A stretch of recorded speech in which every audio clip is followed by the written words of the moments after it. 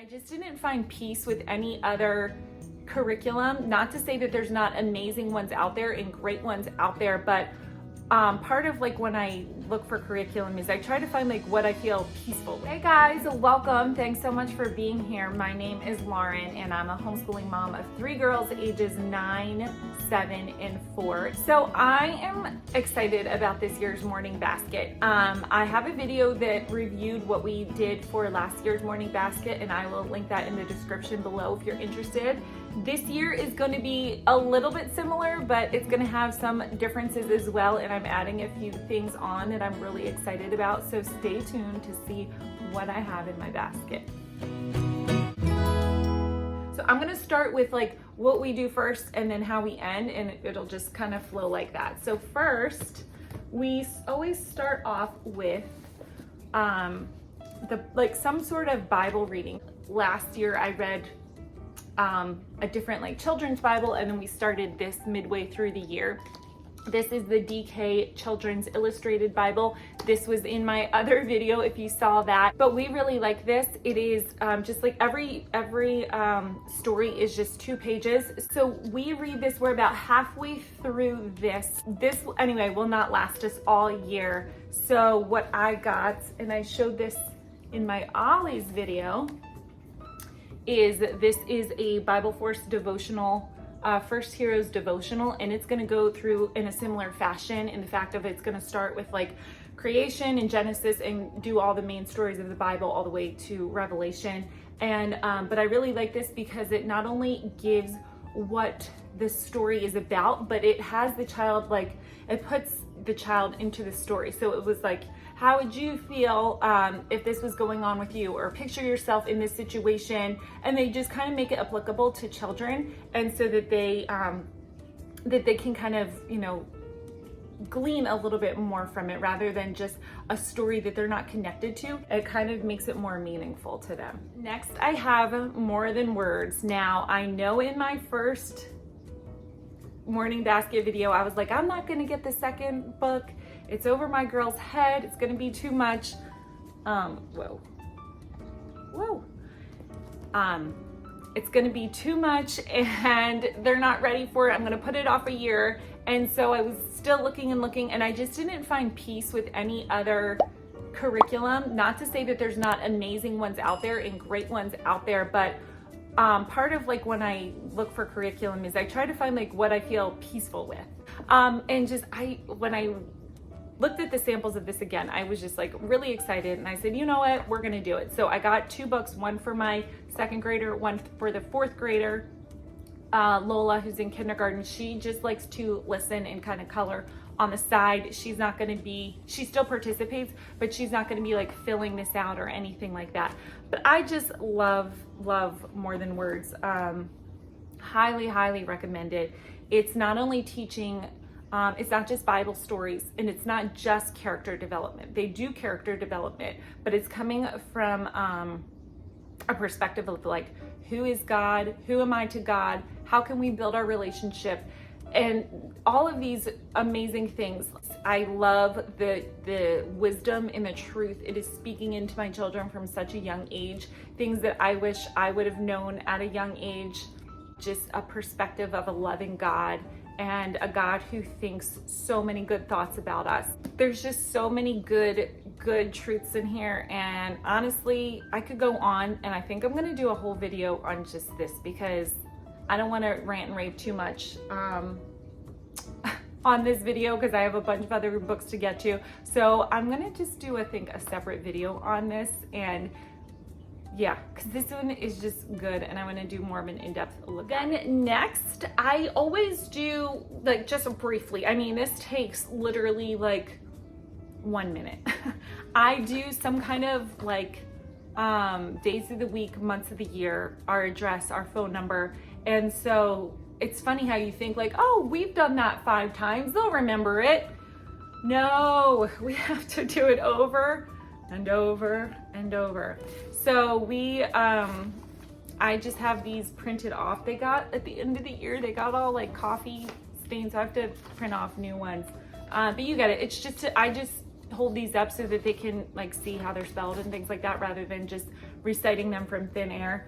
And then I also have written down our me and my husband's phone numbers and then our address, so that way they can just see like what the format is, and I just feel like it's easier to see visually and memorize than to just, again, me saying numbers. Obviously not going to show you our numbers and address. My husband has this weird thing. He doesn't really want our phone numbers and address on the internet. I don't know. This is what, in case you're like, what is your preschooler / now she's gonna be in kindergarten do? She does things like this. So I picked these up last year at the dollar spot at Target, and it was like a 2-pack, and it's just a little, it's all laminated and dry erase. You can tell how much she loves it. I wipe it down so she can redo it. But she just does, I got 2 of them. So there's 4 in here. And so whenever she wants, she just does this, or she'll color in a coloring book or color a picture. She's pretty good about occupying herself. I feel like I kind of got lucky that she can kind of just sit. It took a while. It wasn't always like that, but this past year she's done really great about like coloring or doing something like this. She is listening too, shockingly enough. I didn't think she was. I have my history video of, I didn't know which one to choose, a Becca or America's Story from Master Books. We went with America's Story. So this was a hard decision. I had narrowed history. I feel like a crazy person. I'm like in December, January, like what history should I use for next September? And I was like looking all over the place. And so I finally narrowed it down. It was gonna be between Knotgrass, you all know what our Star Spangled Banner, America's Story 1, or Becca's History, because we did a Becca's 2nd grade history, American history, and I wanted to go on to do the 3rd one. So I had narrowed it down. I looked at all the history curriculum out there, narrowed it down to these 3, then narrowed it down to those 2. And even still, just even like 2 weeks ago, I was like, oh, which one should I use? But I just kept coming back to America's Story. I just love the format. I love the way it's laid out. I love how it's written in a narrative that the writer is writing to the child. I read some of the chapters and they're just interesting and engaging. It has colorful pictures, which I'm all about. And so we are doing America's Story now. It came with a teacher's guide. I bought this used. It already came in a binder like this, and I looked through it, and honestly, I'm not super thrilled or super impressed with the teacher guide. There's aspects of it I like. However, there's way too much writing for me, and I know my children are going to be like, I don't want to burn them out with writing just because there is a teacher guide available and I feel like we should do it. That's where I have to like fight my but there's a teacher guide and we have to do it. I have to fight that and be like, what is best for my children? So how I'm going to do this is I am going to read a little bit from each chapter every day. The chapters are short and sweet, which I love. And so I'm going to read a little bit of the chapter each day. I'm going to pretty much completely forego this. And hold on, I have something. So I found this resource online. I was like, there has to be some sort of fun interactive history pack.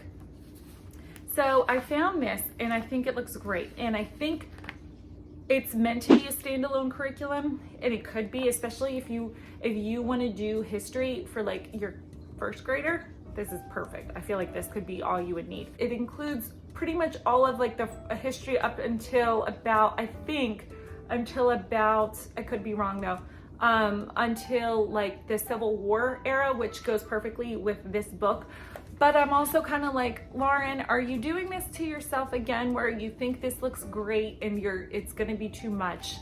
So I went and I printed all of these out, 3 pages each, and it's great. Like, they do have like Pilgrim lap books and what they wore back in the day, and like the symbols of America and what holidays and all of that. And it's young enough for like that'll engage my younger too, because I want to keep them engaged as well. It gives recipes, it gives clothing through time, food through time. It talks about the pilgrims, again, a pilgrim lap book. And it also does like every single state, a little fact, and you could like print them out. So I think this is a great resource. I think I'm doing too much. I think I need to scale back and just choose a few things to print out and a few things to go with, because I don't know. I'm thinking. I'm gonna see how it goes. I don't want to put too much on myself, and it's very easy to get excited. And even though you tell yourself you're gonna keep it simple, it's very easy to be like, but I just need to add this and this and this. And so we gotta sometimes reel it in. And so I try to go with like what my gut says, what my heart says. If I feel like, you know, I pray like, God, please show me what to do. And so I kind of feel like, no, this is too much. Then I try to step back a little bit. So we're gonna see how this goes. I think I'm gonna see what my girls think, get their opinion, and see how it goes. But we're definitely gonna be reading the history book just 4 days a week, Monday through Thursday. And again, we're not doing the teacher guide, which is like the activities and things like that go along with it. It's not necessarily a teacher guide like you would think of. It's like, it should say student guide, honestly, because it's what the student is doing. It's their interactive page. If you want to check that out, I have a whole video. I'll again put that below, of the Abeka versus the Master Books 3rd grade, and you can do a much more in-depth look at that. Next, I have my binder of The Good and the Beautiful Science. Now, this is the reason why I'm like, let me hold on with history, because we have never done The Good and the Beautiful Science before. I've done science, last year was our first year, and I kept it very simple and very basic. So even though The Good and the Beautiful Science is great and amazing, to me it looks like, I don't know, I can't say, I haven't used it yet, but it looks great. I know it's gonna be a lot more than what we're used to, and so I just want to make sure we have enough energy and stamina to get through science and history without adding a whole bunch of extra history papers. That's the only reason why I'm kind of hesitant about those extra history papers I was just showing you about. So we are going to do mammals, we are doing arthropods, we are doing ecosystems, and we are doing space. So we're going to try to get through 4 units this year. How I'm going to do it is I'm going to break it down. I'm going to do half a lesson a day instead of a whole lesson a day. I know my clue. I was going to say I know my crew and my clan. I know my crew, and they no, 45 minutes to an hour for a science lesson is not happening. It's just not. And so yeah, I have to break the lessons down, and so that's how I plan on doing it. I am going to have a whole video on how I plan on doing The Good and the Beautiful Science, what I'm going to add to it, how I set it up, things like that. So stay tuned for that. I am not setting any of this in stone. I do want to complete the units, but we're going to see as far as like the logistics of it and how it's laid out every single day. That's just going to have to come in time and experience, and going through a few weeks. So that's that. Lastly, we are coming upon, so I like to do morning basket every day. Monday through Thursday, I feel like is going to look a certain way, kind of like that, like everything I just showed you. Friday is going to be a little bit different. Have always tried to make Fridays a little bit later, but we always still do school, and then we usually do some sort of like a lot of homeschool groups and stuff out here, and activities a lot of times take place on Friday. So I try to find room in the schedule for that. So Friday, I am going to always do like a Bible lesson and or a more than words. We're going to see how it goes. I might just do a more than words and not the Bible story. We're going to see. But I'm going to do Curious Nature Guide. We're going to do nature. This book is gorgeous. First of all, I'm going to do a flip through. I talked a little bit about this in my Christian book haul, but I want to do a little bit more of an in-depth real quick, just to say why. So this was not on my radar. I just happened to see it. I saw the samples looking through, and I was like, oh, I love that they use watercolor. I love that they are using real images. I love that they're using pictures of not only nature, but like staged pictures as well. They're using scientific like microscope pictures. They're using photography. They're using all types of art to bring nature into, for nature appreciation. This says, some of us live with stretches of open lands behind our homes, but many of us live in places where nature is squeezed in between buildings or bordered by sidewalks, roads, malls, and parking lots. When you start to look around, you'll see signs of nature everywhere, even in the most urban or human-made. So try this. Wherever you are, look for nature around you. Airports, cemeteries, and pocket parks. What's a pocket park? Golf courses, bus stops, parking lots, schoolyards, subway. So it's not just like, okay, this is for only if you live out in the country. Sorry, folks, everybody else is like, okay, you know what? There's beauty everywhere, and you don't have to go to a field or go to a farm or go to a mountaintop or the beach. You know, you can find it anywhere. And that's it. I mean, that's what we would do. I would read this little prompt, and then I would say, okay, girls, today, this is what we're gonna do. And so I plan on keeping this very light. We're not going on like, you know, like a walkabout or something like that. So like there's winter prompts for the winter, spring, summer, fall. I am excited to use this. I think this is gonna be fun. And I'm not stressing out. I'm not having to like, you know, I have to finish this book by this year. I think this book can last us several years, and I am a-okay with that. We're also going to do states and capitals. So I have these states and capitals flashcards so that they can get these memorized. But then we have these corresponding. I'm so excited about this book. Oh, it's so cute. When my girls saw this, they were like, they freaked out too. They got so excited, and they each took their own book. I got 3 of them. I got all 3 girls a book. They took their own book, and they were like, oh, and they were all looking through it for probably 20 minutes, just looking through this book. So it is adorable. It's gonna go through all 50 states, and it's going to start with Maine and then go all the way. I think Hawaii is last. So I like that it doesn't go in alphabetical order. Because, you know, Alabama, Alaska, Arizona, obviously like those aren't, it's going in geographical order. So I love that. We'll be able to like map out all of, I want to get a coloring page and like color every single state that we learn about.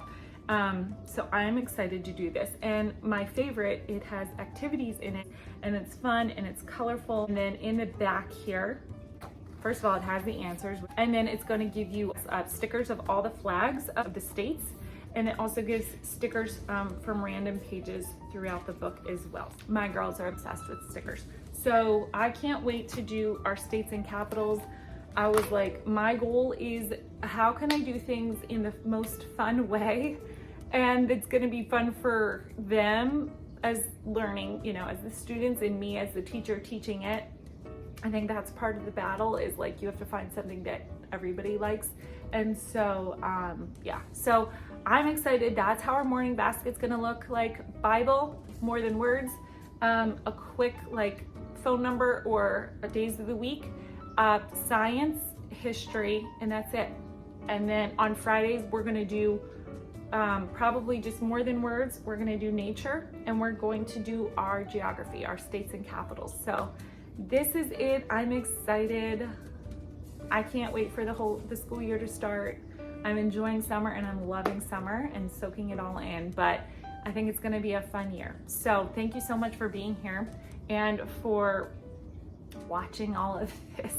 If there is something in here that you love and that you've tried before, let me know. Or if there is a morning basket item that you have that you feel like you should share with other people, let me know down in the comments below. Thanks so much for being here. I appreciate it, you guys, so much. I really do. And I hope you have a wonderful day. Take care.